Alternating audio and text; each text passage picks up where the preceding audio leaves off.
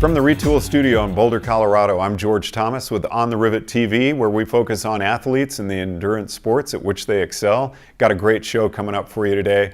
Our featured guest, Tyler Butterfield, who just took 7th place at Kona at the Hawaiian Ironman World Championships. We've also got a piece on Cyclists for Jamestown, which was started by a couple of cyclists here to raise funds for the community of Jamestown, which was devastated in the recent floods here in Boulder. Later in the show, we'll be visiting with Andrew Shoemaker, who's running for City Council here in Boulder.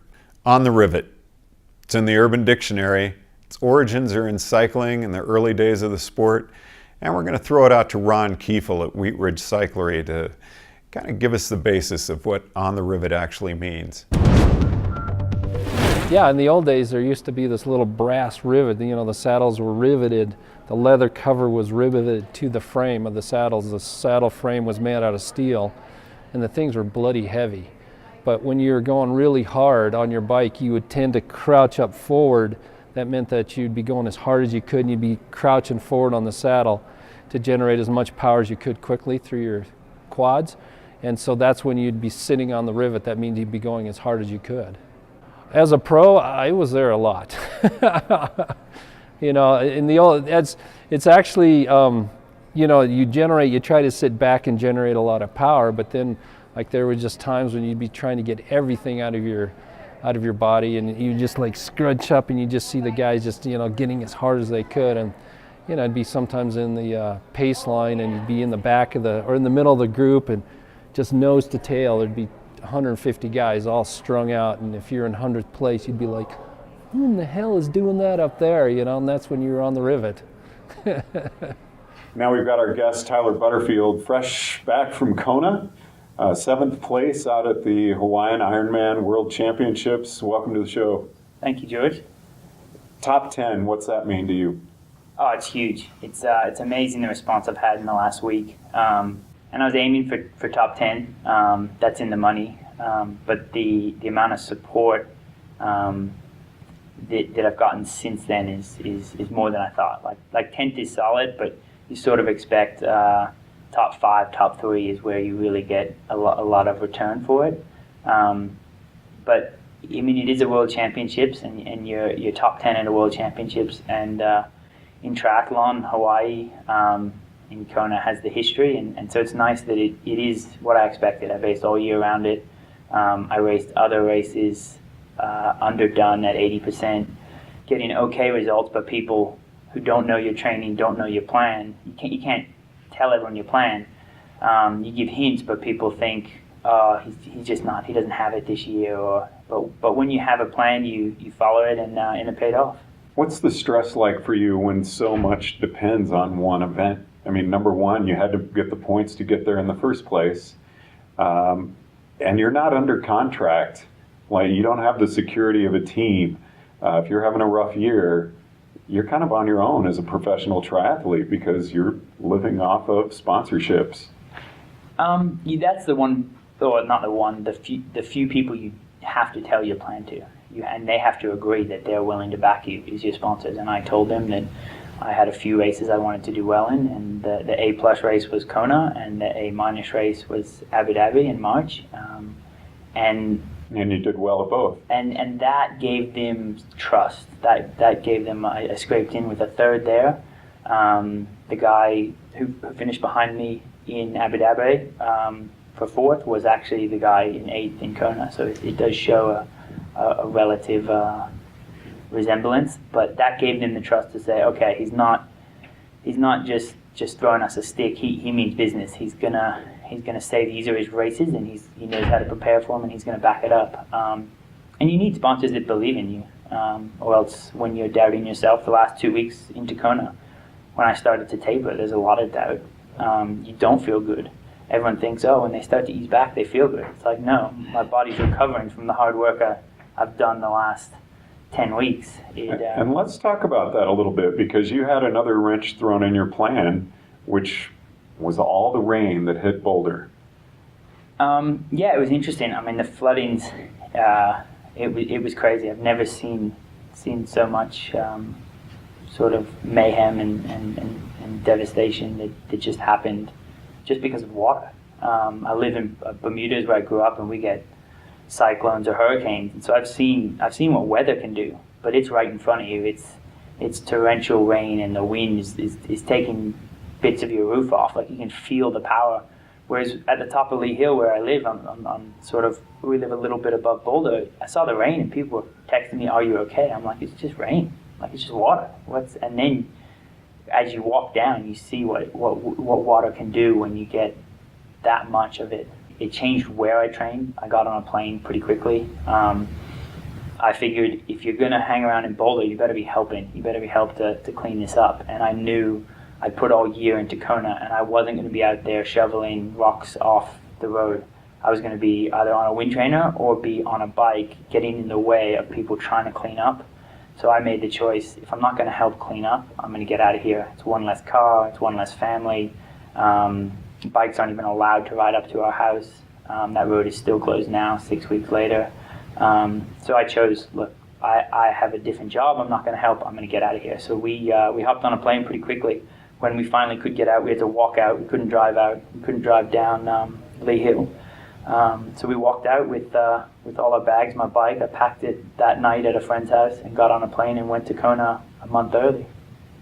Tyler was talking about riders helping out, and it just so happens that we had a couple of riders who came up with a great idea to help one of the local communities that was devastated by the recent floods. Cyclists for Jamestown took place last weekend and became a fundraiser for the town and was very successful. We were talking after one of our last rides, I think the last one in September, and people were kind of whining, saying, "Hey, we can't ride to Jamestown anymore." And I'm thinking, you're whining about not riding to Jamestown? These people cannot get in their house. They do not have water. They don't have roads, and they had to get helicoptered out.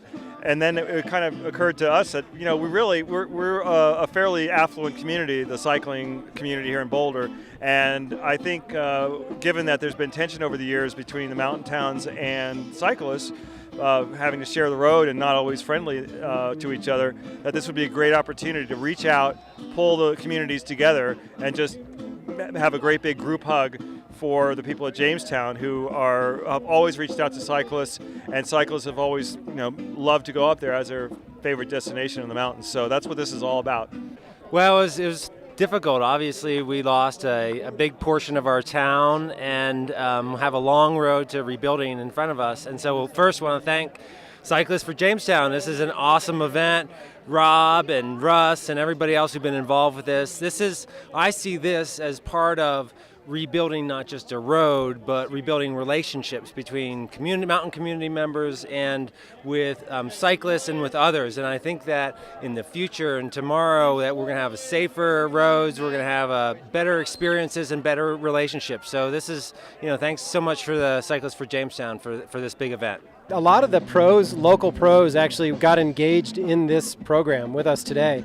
We had a group ride this morning, and 6 or 7 local pros showed up and took a group of about 100 riders off on a ride, all who donated about $20 a person for Jamestown. So the pros are still here. This is still hometown for many of them, and I don't think they're gonna leave.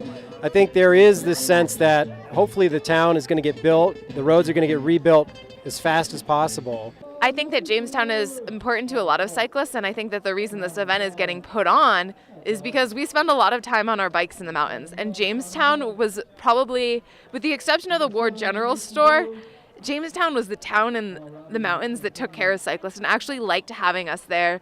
And the Merc was one of the greatest places to go as a cyclist as well. And so anything that we can do to support that community and support the people who supported us, for us it's really rare to be that welcomed. And Jamestown was a massive gem in that regard. And so it's really special for us to be able to give something back to them. Andrew Shoemaker was instrumental in bringing the U.S. Pro Challenge to our community, but he's also very community-oriented, not just cycling, but I feel that it's important that we speak with someone where the two go together. Andrew Shoemaker, welcome to the show. Thank you very much for having me. We talked a little bit on our podcast about green and bicycle racing. There was a bit of a conflict there when you were bringing the Pro Challenge to our community. Why was that? That was just something I could never understand. Well, I mean, Flagstaff Mountain, which was where the stage finished, is iconic for cycling, but it's also very iconic for the Boulder community, and it's symbolic of our open space program. And while our goal was to highlight that open space program and show the world that open space can be a good thing for a city, and maybe other cities should do it as well, there were folks in the community that were concerned that we might somehow harm it. So we did take every precaution we could. We were proactive, did things that no other bike race has done before. We put wristbands on people. We made people agree to honor the open space and environmental rules. And we even brought in a fellow who has since been appointed by President Obama to be the head of the Western region for the EPA. So we took every precaution possible, and there was no damage to the open space, but it was definitely controversial, and frankly remains so today because of some concerns that there could be damage in the future. I feel like some cyclists really stepped up recently with Cyclists for Jamestown. They raised over $100,000 for the community.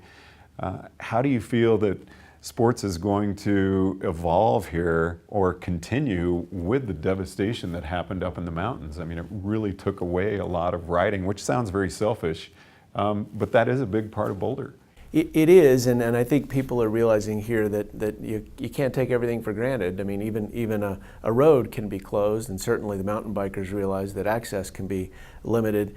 But Boulder's resilient, and we'll find ways, and it'll be better than before. The other thing that really struck me, with the fact that the cyclists are raising money, it goes to show how important cyclists are to our community. I mean, it's a community building thing that we all have in common, and the fact that you could raise that much money by bringing cyclists together shows A, how many cyclists there are in Boulder, and B, how dedicated they are and how they can become an important part of this community, and have a voice through raising money, and should have a voice politically.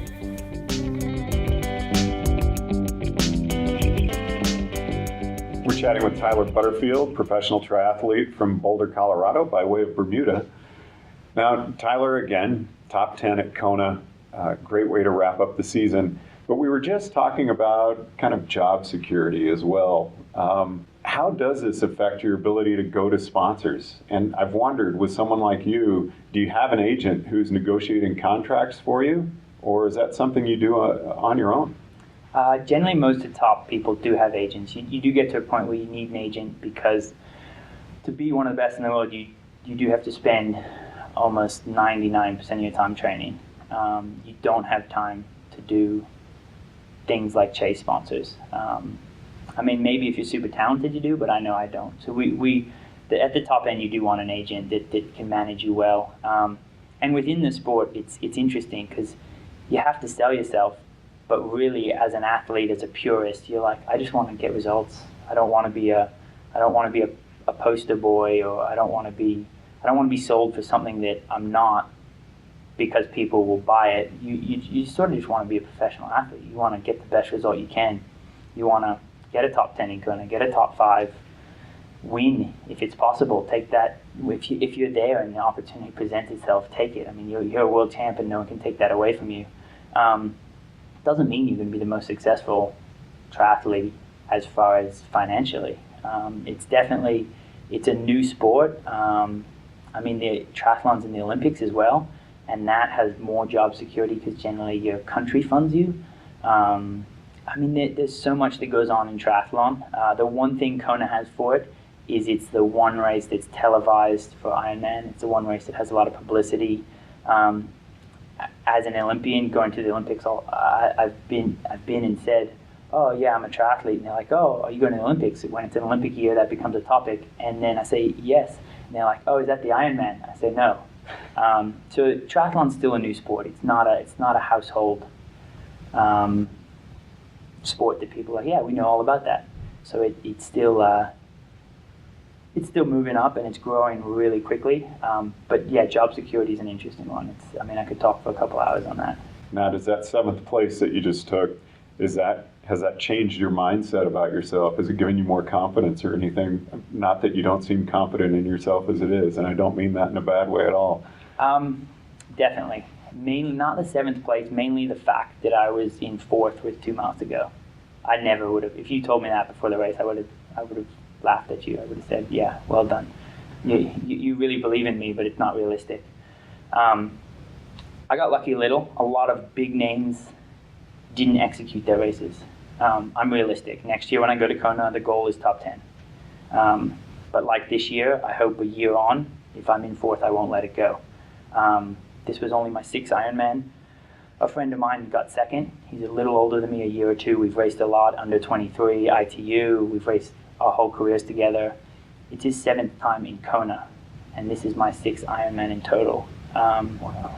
So, I mean, there's definitely your age on a calendar, but there's also an age as in how many Ironmans have you done. The guy who got 4th is from South Africa. He's a bit younger than me, but I think he's done 20 Ironmans. So you compare 20 to 6, and it's a big difference. Bevan Doherty, 2-time Olympian, he was going in as a wild card favorite. It was his 2nd Ironman, and he paid the price of that. It wasn't his talent. He's more talented than pretty much any of us on the start line, barring maybe 1 or 2 other favorites. But it's his 2nd Ironman. It's hard.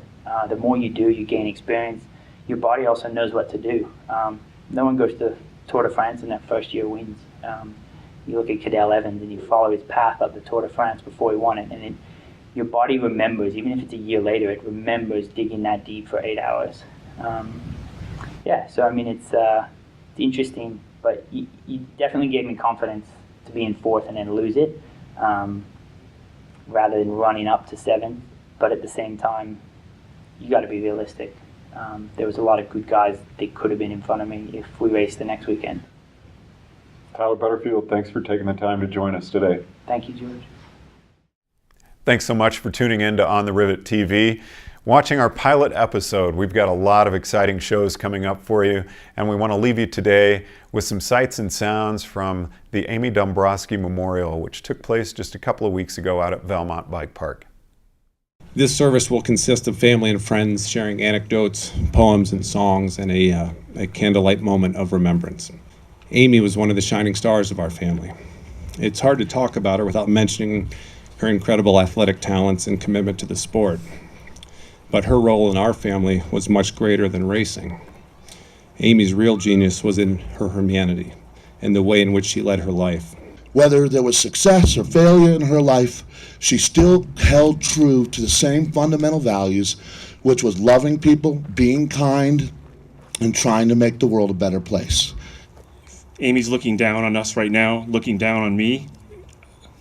I see the smile, and I see a very happy and very nice Amy telling me that she's still not going to ride disc brakes. So. Be with friends, get together, tell stories, laugh, cry. Do it together. The challenge that Amy presents to each of us is to take this energy, which at the moment is so painful, and redirect it to accomplish something in each of our lives that is constructive, beautiful, and powerful. And above all else, move one step closer to living a life that is as full as the life that Amy lived in her short 26 years.